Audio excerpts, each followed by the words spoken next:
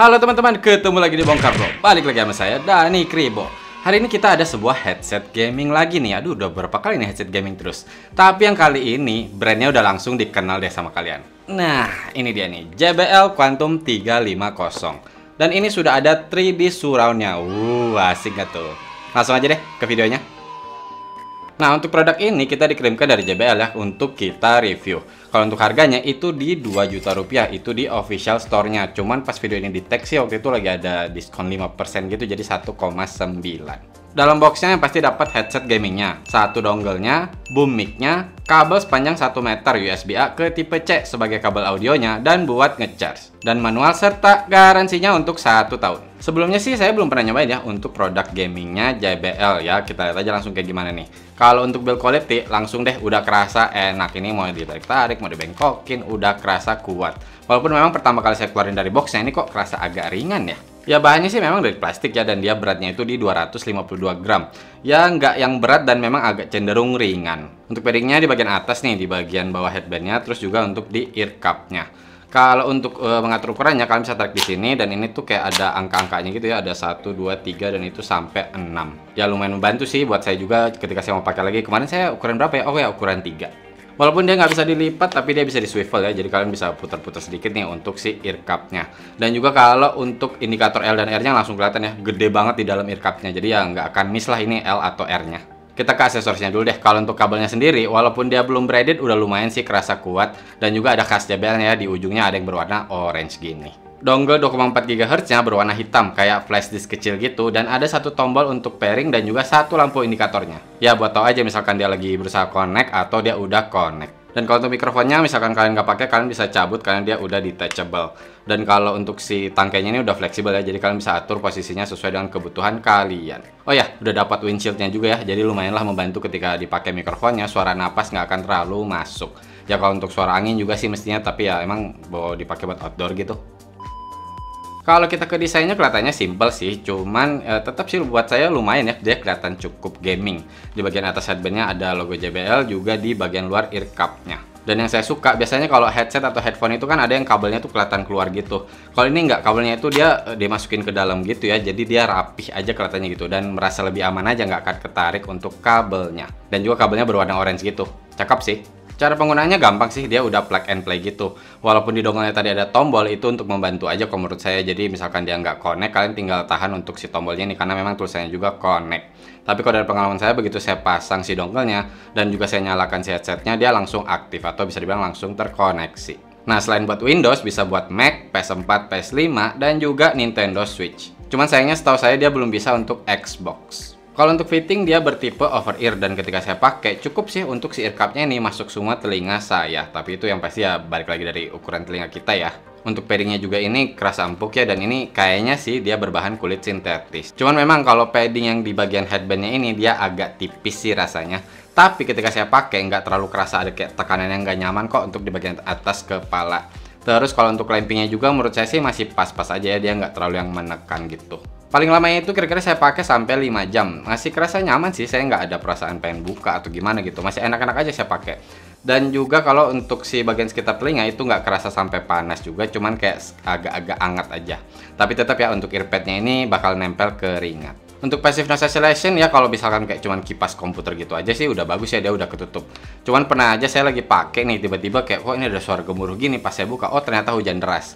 Jadi tetap kalau ada suara yang memang berisik, dia yang pasti akan masuk. Tapi kalau sekitar misalkan dipakai di rumah gitu kan, di kamar dengan kondisi yang agak tenang sih masih oke. Oh ya, ketika saya pakai terus saya menunduk atau menenggak gitu, dia agak bergerak sih, dan sempat saya lagi pakai tuh saya coba baring gitu ya, lama-lama sih dia kayak agak mau turun sedikit, tapi masih tetap nahan kok di kepala.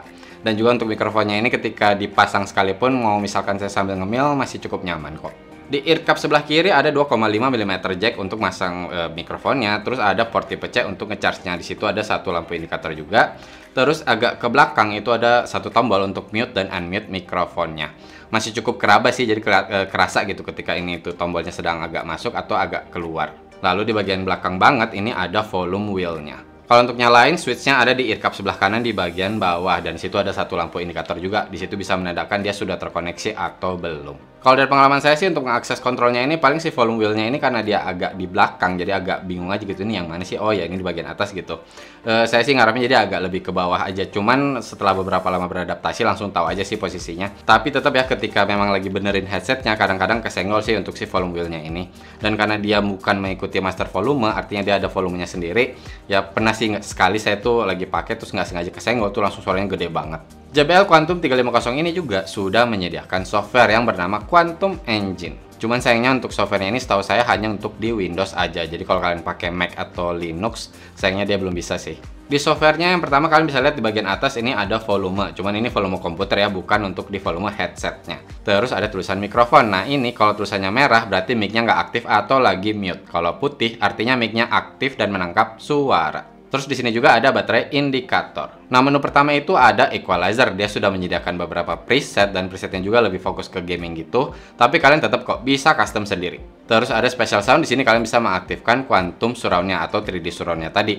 Dan di sini tuh ada kayak semacam 3 preset gitu ya. Jadi yang pertama itu precise, terus ada balance dan juga immersive. Ya intinya sih untuk yang precise sih biar jadi lebih akurasi aja. Terus yang balance itu biar lebih kerasa natural. Dan kalau untuk immersive yang saya rasain sih itu dia lebih mengatur untuk depth dari si 3D surround-nya. Terus di special sound-nya ini ada advanced mode. Nah di sini untuk mengatur diameter kepala kita. Yang saya cobain sih memang kerasa ada yang sedikit beda ya ketika saya mengatur untuk yang kepalanya besar atau yang kepalanya kecil gitu.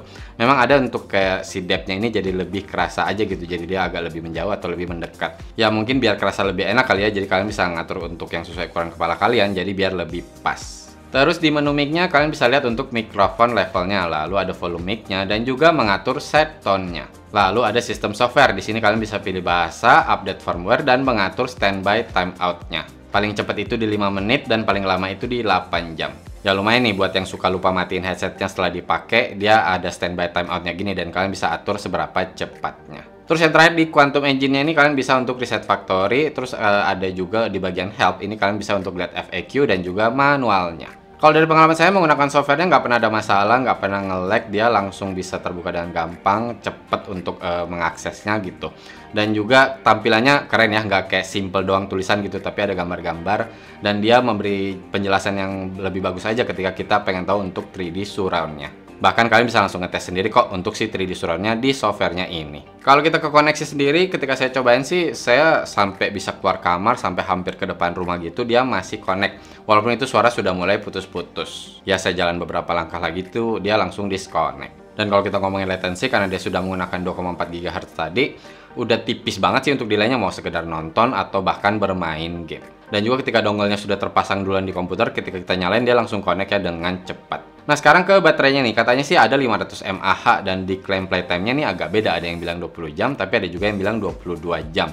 Cuman nggak masalah sih, karena dari hasil tes saya, total saya pakai itu, karena saya nggak pakai secara full langsung 20 jam ya.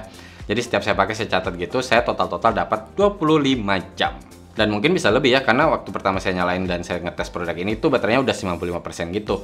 Terus saya berhenti ketika dia sudah bilang low bat, tapi belum sampai mati. Dan dari low bat itu saya masih bisa pakai sampai setengah jam, dia no problem. Dan kalau untuk ngecharge-nya sesuai klaimnya sih di 2 jam. Jadi untuk lampu indikator bakal terus bernyala berwarna merah dan dia akan mati ketika sudah penuh. Ya intinya sih kalau untuk urusan baterai JBL Quantum 350 ini udah oke. Jadi ketika saya mau pakai itu saya nggak pernah mikir, nih baterainya segimana nih. Santai aja gitu, pakai aja, dan saya tahu baterainya ini bakal awet. Mau saya pakai sampai berjam-jam sekalipun ya, total 25 jam tadi. Kalian bisa pakai seharian full kan, sehari semalam gitu. Cuman ya jangan juga ya pikirin kesehatan juga, jangan main game terus. Apalagi ya kasihan kuping kalian dikasih begini terus. Sebelum kita cobain untuk mikrofonnya, kita lihat dulu spek lengkapnya.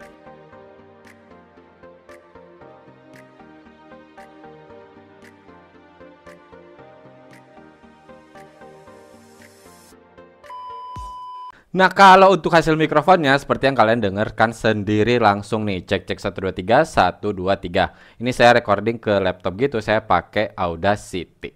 Dan juga nih kita coba diam ya, jadi apakah bakal masuk noise-nya atau enggak. Kalau di studio kita ini kebetulan ada satu AC dan ada kipas dari lampu gitu. Tapi biasanya sih nggak terlalu bising.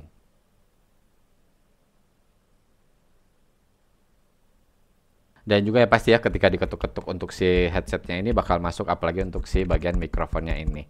Tapi kalau untuk windshieldnya tadi cukup bagus sih dia untuk menghalangi udara atau angin. Ya maksudnya ketika lagi bernapas gitu. Jadi kayak gini ya untuk hasil suara dari mikrofon si JBL Quantum 350 ini. Cek 123 123. Nah, kalian tadi udah denger ya untuk hasil mikrofon dari JBL Quantum 350 ini. Saya cobain main temen juga nih, main temen, maksudnya main sama temen saya pakai Discord. Dan dari pertama langsung saya pakai, dia bilang nih ngebas banget sih untuk mikrofonnya. Tapi saya tanyain sampai nggak nyaman gitu, enggak kok, cuman kerasa aja bahwa dia itu ngebas. Oh ya, untuk JBL Quantum 350 ini sebenarnya sih dia udah Discord certified gitu ya. Jadi seharusnya sih udah cukup baik ya ketika kita mau pakai Discord gitu. Dan hasilnya memang kalau kata teman saya cukup bagus kok. Jadi detailnya ini masih bisa lebih keluar gitu untuk suara saya. Dan nggak yang bikin terlalu emphasize berlebihan aja gitu. Terutama di bagian treble-nya. Ya intinya dia masih bisa tetap clear dan lumayan natural. Cuman seperti saya bilang tadi tetap ya suara itu jadi lebih ngebas. Selama saya main sama teman saya juga dia nggak pernah ada masalah ya, dia nggak pernah yang tiba-tiba suara saya tuh kayak nggak ketangkap atau kayak gimana, selalu jelas untuk suara saya. Dan juga untuk suara sekitar, memang sih untuk Discord ini kan ada bantuan semacam kayak ANC gitu ya, jadi membantu untuk suara sekitar tidak tertangkap. Dan kalau dari pengalaman saya, ketika suara keyboard misalkan gitu, ketika saya sambil ngomong memang agak-agak masuk nih untuk suara keyboardnya, tapi ketika diam dia lebih ketutup. So yang pasti kalau kalian buat casual gamer atau juga untuk ya streaming misalkan gitu, menurut saya JBL Quantum 350 ini udah oke. Apalagi buat kalian yang suka dengan suaranya ini bakal lebih ngebas. Nah kalau untuk kualitas suaranya nih, ya namanya juga JBL ya, dan juga seperti mikrofonnya agak ngebas, tapi ini bukan agak sih, ini bass banget. Menggunakan 40 mm dynamic driver, dan memang ketika saya lagi dengerin EDM misalkan ya ke bawah joget aja gitu langsung dancing, enak banget karena bassnya memang langsung powernya ini keluar. Tapi masih cukup bulat ya, dan juga buat kalian yang suka bassnya ini deep masih kerasa, sub bass juga masih bisa kerasa untuk bernya. Jadi ketika saya naikin juga si volumenya, itu dia bakal lebih keluar, bahkan sampai telinga saya agak ngegelitik karena vibrationnya. Jadi agak-agak ber gitu. Nah tapi buat yang suka suara midnya nih kedengaran banget gitu, suara clear dan detail gitu, terutama misalkan kalian pikir ini bisa dipakai buat sambil dengerin musik gitu.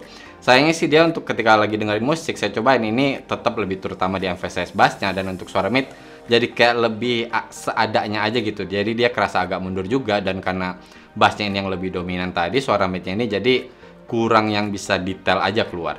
Dan juga misalkan dengerin pakai lagu rock nih, untuk treble-nya sendiri dia cukup sparkling, tapi dia nggak bisa yang kerasa bener-bener ngecering aja.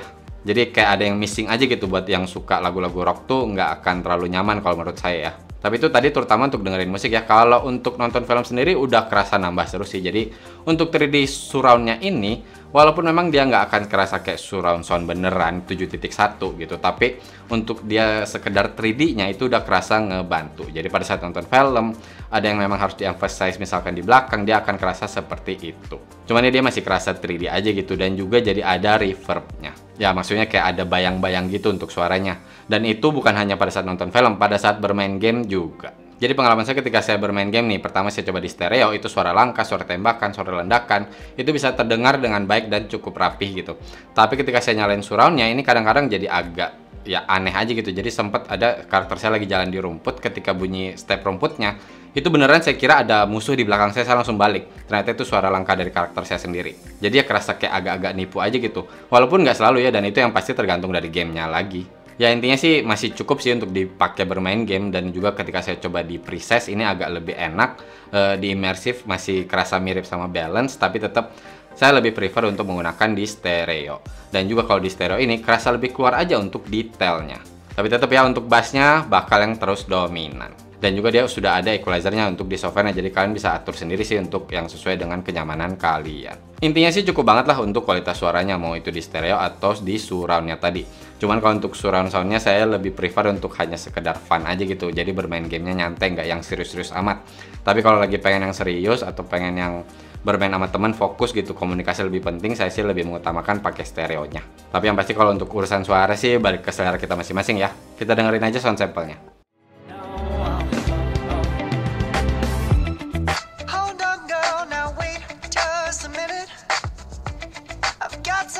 Say you should hear it. Oh, I'm happy to make time for your feelings, but you have to admit I already do. Let's just break it down. So we're up against a master thief, assassin, high performance driver. Who is he?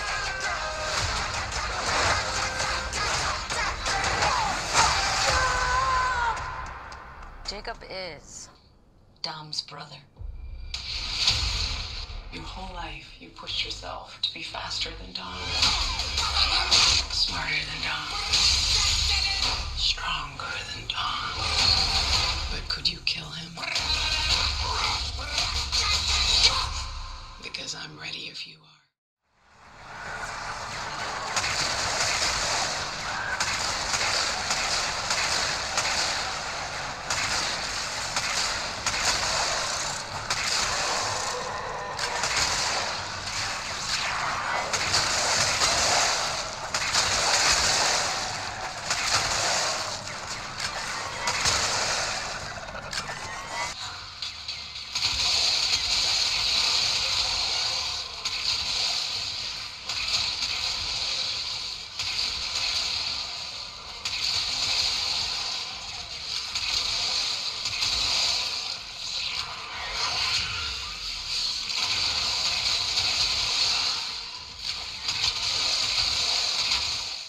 Oke, tadi kalian udah dengerin sound sampelnya, perlu saya ingatkan tidak akan sama 100% seperti kalian langsung pakai si JBL Quantum 350-nya. Dan untuk kesimpulannya, JBL Quantum 350 ini bisa saya rekomendasikan di harganya. Tapi memang untuk mengutamakan bermain game, bukan untuk yang lain. Jadi kalau misalkan kalian beli ini satu buat dengerin musik juga udah enak. Ya memang seperti saya bilang tadi, power untuk bassnya bisa keluar dengan enak, tapi tetap untuk musik saya sih masih lebih prefer untuk langsung pakai headphone musik.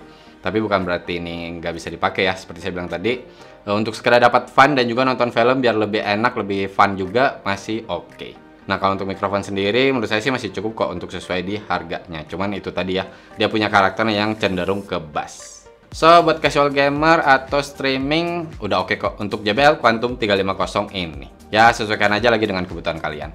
Oke teman-teman, cukup sekian video kali ini. Buat kalian yang memang tertarik dengan produk ini, linknya bakal kita sertakan di deskripsi. Mohon maaf kalau saya ada salah-salah kata atau ada kekurangan. Terima kasih banyak sudah nonton. Bye. Ada yang jawab.